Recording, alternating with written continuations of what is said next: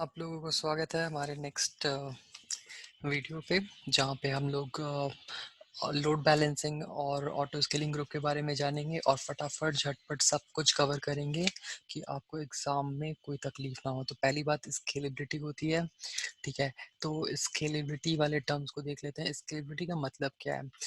मतलब ये एक तरीका है कि जिसमें मेरा सिस्टम या फिर मेरा एप्लीकेशन मतलब किस हिसाब से बढ़ा हुआ, मतलब अगर मेरा लोड बढ़ जाता है या फिर लोड एकदम कम हो जाता है, उस हिसाब से कैसे स्केल करना है, कैसे इसको स्टेबल बनना है, उसको हम स्केलेबिलिटी कहते हैं, ठीक है? तो स्केलेबिलिटी हमारे पास 2 टाइप के होते हैं, एक हॉरिजॉन्टल स्केलिंग और एक होता है हमारा वर्टिकल स्केलिंग। ठीक है, ये आपने पढ़ा होगा। हॉरिजॉन्टल स्केलिंग में हम क्या करते हैं, हमारा अगर सपोज EC2 इंस्टेंस एक साइज का है तो हम उसको डबल कर लेते हैं, ट्रिपल कर लेते हैं, ठीक है? तब सपोज रिक्वायरमेंट बढ़ गया तो हम उसको डबल ट्रिपल कर लेते हैं, ठीक है? और वर्टिकल स्केलिंग ये होता है कि सपोज हमारा एक EC2 इंस्टेंस है, ठीक है? हमारा रिक्वायरमेंट बढ़ गया या फिर डेटाबेस में एंट्री ज़्यादा होने लगी, तो हमने T2 की जगह में हमने M वाला इंस्टेंस लेना शुरू कर दिया, तो हम इसे कहते हैं वर्टिकल स्केलिंग। तो यहाँ पे एक टर्म जानने के लिए ज़रूरी है कि हॉरिजॉन्टल स्केलिंग को हम लोग एज इलास्टिसिटी भी बोलते हैं, ठीक है? और वर्टिकल स्केलिंग का एग्जांपल आपके लिए हो गया सपोज डेटाबेस सिस्टम या फिर इलास्टिक एज, ठीक है? तो ये चीज़ है स्केलेबिलिटीज़ के बारे में। और एक टर्म जो हमें जानना पड़ेगा वो है हाई अवेलेबिलिटी, ठीक है? तो हाई अवेलेबिलिटी किस चीज़ को बोलेंगे? हाई अवेलेबिलिटी मतलब कि आप ज़्यादा अवेलेबल हो। सपोज़ अगर आप कॉल सेंटर पे हो और आपका ये 2 बॉक्स है और किसी ने कॉल किया, यहाँ पे एक रिसीवर है और यहाँ पे एक रिसीवर है। तो अगर आपने कॉल किया एक सेंटर पे, ठीक है? एक सेंटर पे कॉल किया और ये रिसीव करने के लिए रेडी है, तो ठीक है। सपोज़ ये एब्सेंट हो गया, तो भी ये है, इसीलिए इस चीज़ को हम बोलेंगे हाई अवेलेबिलिटी।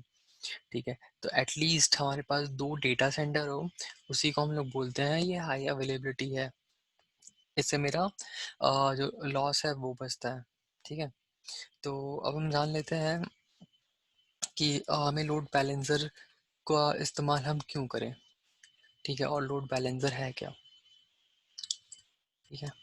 तो लोड बैलेंसर होता क्या है? लोड बैलेंसर ये तब काम आता है जब हमारा एक क्लाइंट होता है, क्लाइंट हमें बोलता है कि भैया मैंने ये रिक्वेस्ट करा है, ठीक है?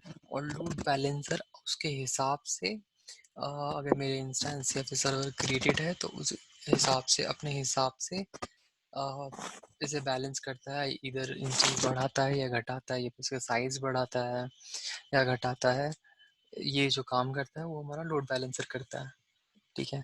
तो ये मल्टीपल डाउनस्ट्रीम इंस्टेंस पे काम करता है। पहला, ये हमें एक सिंगल पॉइंट देता है जो कि डीएनएस एक्सेस है। दूसरा, ठीक है, ये हमें सपोज HTTP TPS रिक्वेस्ट होता है सिक्योर्ड वाला, तो इसमें SSL टर्मिनेशन का ऑप्शन दिलवाता है, ठीक है? हम स्टिकीनेस यूज़ कर सकते हैं इसके साथ। मतलब कि अगर मेरा एक स्टिकीनेस का मतलब ये होता है कि अगर मेरा क्लाइंट एक रिक्वेस्ट कर रहा है जो एक पर्टिकुलर टाइप का हो और ये पहले सर्वर में काम होता है, तो वो बार-बार उसी सर्वर पे जाएगा। तो इसके बारे में हम लोग डिटेल देखेंगे, ठीक है? और ये मेरा प्राइवेट ट्रैफ़िक और पब्लिक ट्रैफ़िक के बीच में जो डिफ़रेंस है, वो करता है, ठीक है? तो हम लोड बैलेंसर में अगर स्केल इन या स्केल आउट करते हैं तो मतलब ये होता है कि हमारा हेल्थ चेक किया जाता है और हेल्थ चेक हम करते हैं पोर्ट और रूट में, ठीक है? तो हम देखेंगे अभी कि कितने टाइप के हैं ये लोड बैलेंसिंग के कंसेप्ट यहाँ पे, ठीक है? तो लोड बैलेंसिंग में हम लोग देख लेते हैं। पहली बात हमें ये जानना पड़ेगा कि क्लासिक लोड बैलेंसर है, एप्लीकेशन लोड बैलेंसर है और नेटवर्क लोड बैलेंसर है, ठीक है? तो बात करते हैं, क्लासिक लोड बैलेंसर काम करता है आपके HTTPS पे, ठीक है? और ये TCP पे भी काम करता है, ठीक है? अब आप मेरे को यहाँ पे पैटर्न बताओगे, ठीक है? देखते हैं बता पाते हो कि नहीं बता पाते हो। तो ये हो गया HTTP, HTTPS और ये वेब सॉकेट, ठीक है?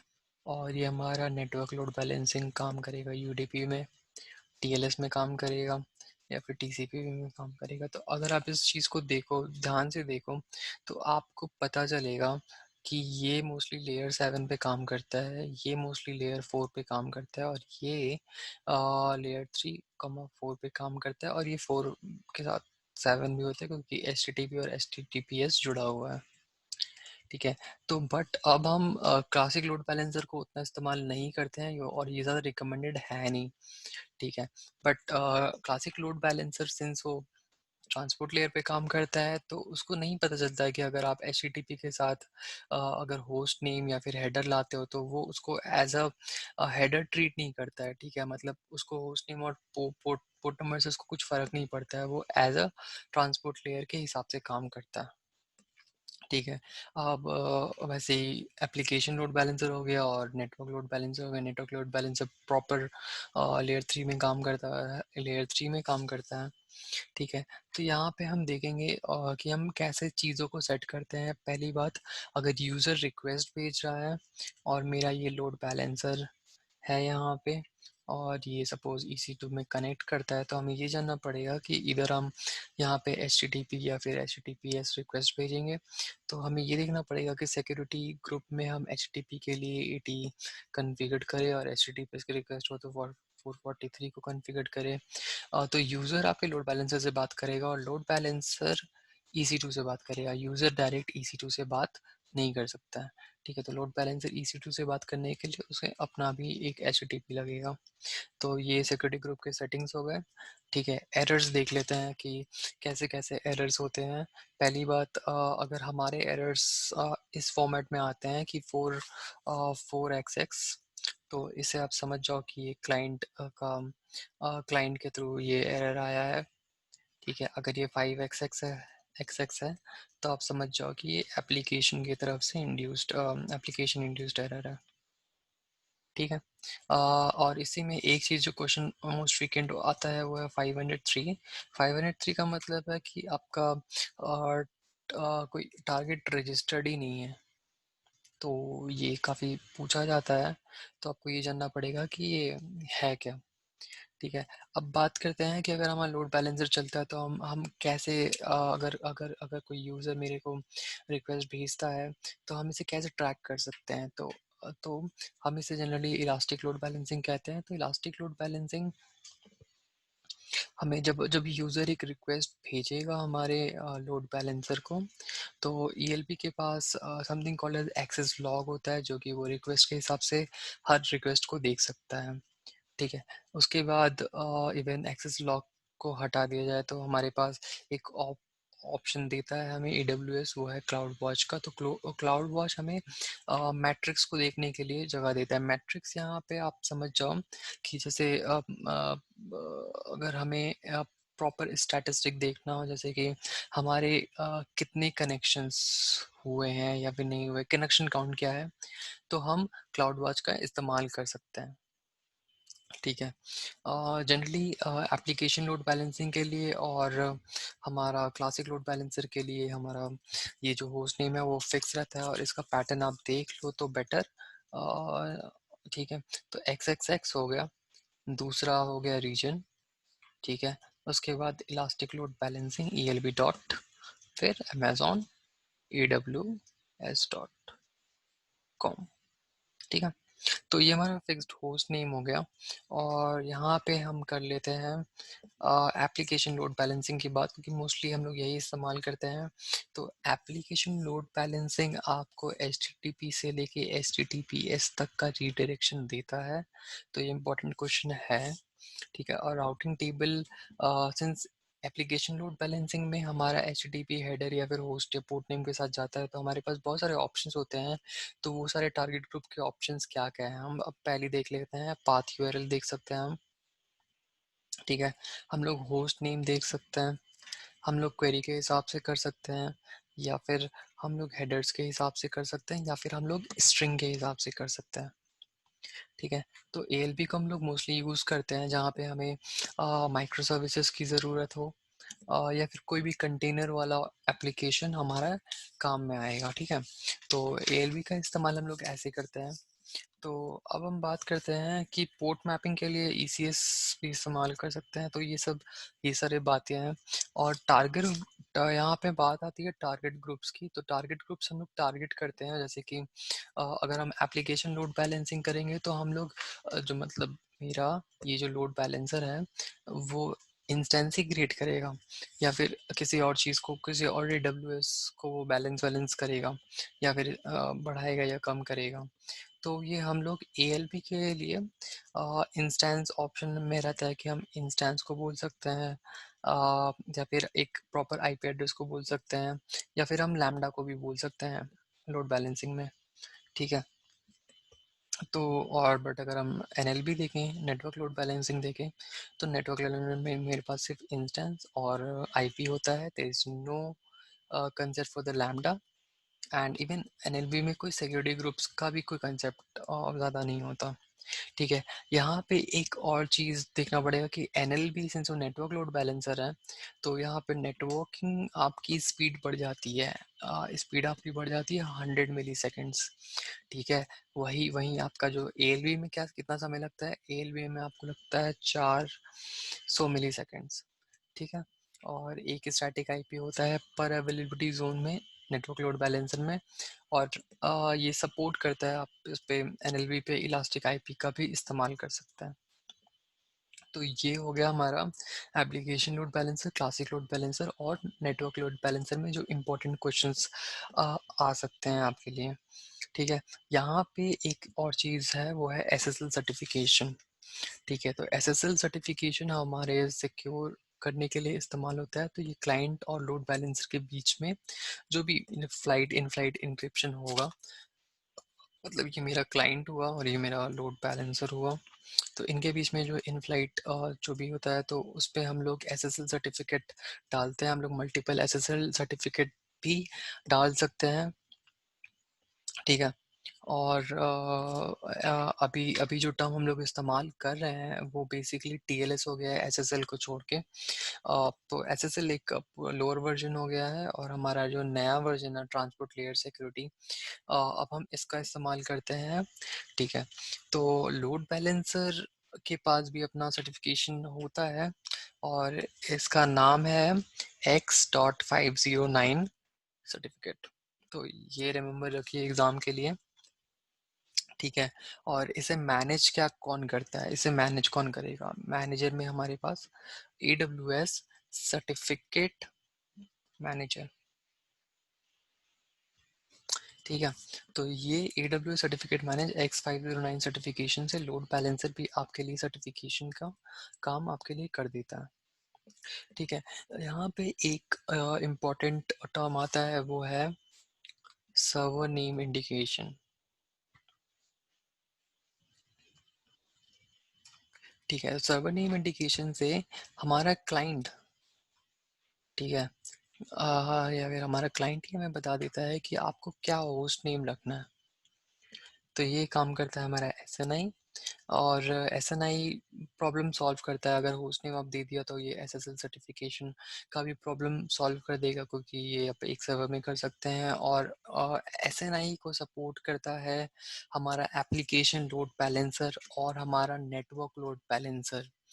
हमारा क्लासिक लोड बैलेंसर सपोर्ट नहीं करता है, तो ये क्वेश्चन ध्यान में रखिएगा। ठीक है। एक और कंसेप्ट आता है, तो SNI इज मेन कंसेप्ट, और यहाँ पे एक और आता है आपका कनेक्शन ड्रेनिंग। कनेक्शन ट्रेनिंग यही होता है कि हमारा जब लोड बैलेंसर आता है, ठीक है, मैं लिख देता हूँ कि अगर आपको नोट करना हो तो नोट कर लो। कनेक्शन ड्रेनिंग में ये होता है कि आपका लोड बैलेंसर किस किस नोड को कनेक्ट करना है, उसमें वो ड्रेनिंग टाइम सेट कर लेता है। उस टाइम में हमारा दूसरा चीज़ स्केल नहीं होगा, हमारा दूसरा कंपोनेंट स्केल नहीं होगा। उस टाइम में हमारा एक जो बन रहा है उसको पूरा टाइम दिया जाएगा कि आप बन जाओ भाई। ठीक है।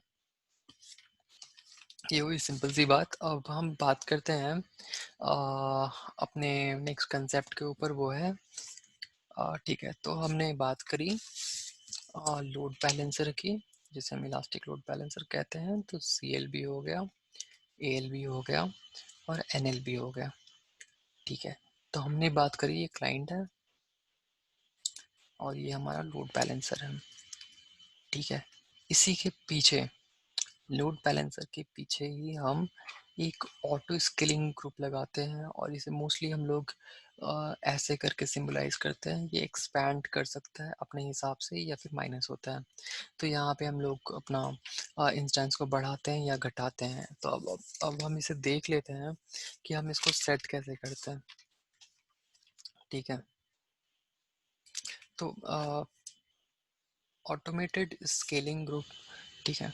तो अ, अ, यहाँ पे तीन तीन तरीके हैं, ठीक है। और उसके पहले आप ऑटोमेटिक स्केलिंग ग्रुप को सेट करने के लिए आप लॉन्च कॉन्फ़िगरेशन या फिर लॉन्च टेम्पलेट का इस्तेमाल कर सकते हैं। और मोस्ट ऑफ द क्वेश्चन अभी अभी लॉन्च टेम्पलेट नया है तो लॉन्च टेम्पलेट पे ही आता है। तो लॉन्च टेम्पलेट से हम लोग टेम्पलेट बना सकते हैं कि हमारी ऑटो स्केलिंग ग्रुप होगी कैसे, और इसके तरीके क्या है। तरीके हमारे पास है टारगेट वाले, तरीके हमारे पास है सिंपल या फिर स्टेप वाले, और हमारे पास ऑप्शन लास्ट है शेड्यूल वाले। ठीक है। तो एग्जांपल ले लेते हैं जल्दी से। तो टारगेट में क्या होगा, आपने ये सेट कर दिया कि एवरेज ऑटो स्केलिंग की सीपीयू यूसेज अगर 40% होगी, तब ये आपने टारगेट दे दिया कि सीपीयू 40% होगा तब हम ऑटो स्केलिंग करेंगे। ठीक है। सिंपल स्टेप में हम लोग लिख देते हैं कि जैसा उस सीपीयू अगर मेरी 70% से ज़्यादा हो रही है तो आप भाई +2 कर दो, ऐड कर दो। सीपीयू आपकी <30 हो रही है तो आप भैया -1 कर दो, आप एक इंस्टेंस को हटा दो। शेड्यूल्ड में जब हम एक्शन लेते हैं तो हम एक पैटर्न देखते हैं। ठीक है। सपोज 10 से 5 बजे के बीच में आप मेरा एक 5 इंस्टेंस बढ़ा दो। ठीक है, ये शेड्यूल एक्शन हो गया। तो यहाँ पे ऑटोमेटिक स्केलिंग ग्रुप का कंसेप्ट ख़त्म होता है।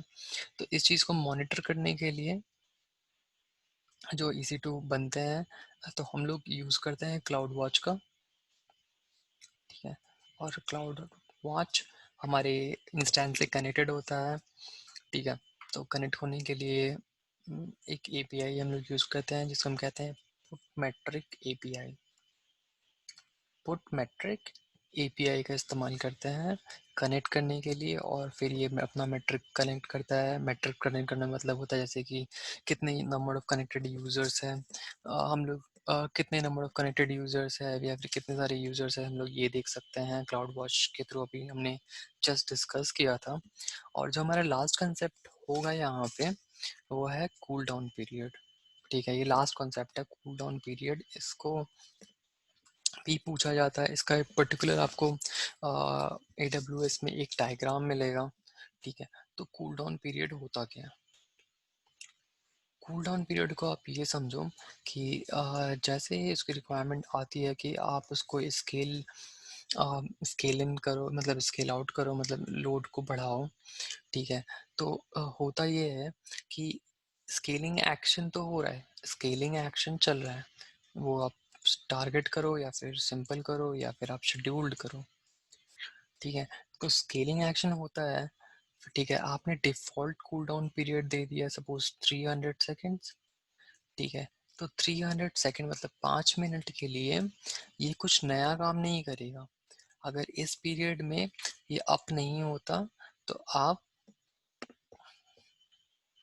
इंस्टेंस को टर्मिनेट कर दो। ठीक है, ये कूल डाउन पीरियड है। कूल डाउन पीरियड का सिंपल मतलब है कि ये मेरे सिस्टम के लिए एक वार्म अप पीरियड है। तो हम यहीं पे क्लोज करते हैं, and I just wish you कि आप बहुत तरक्की करो।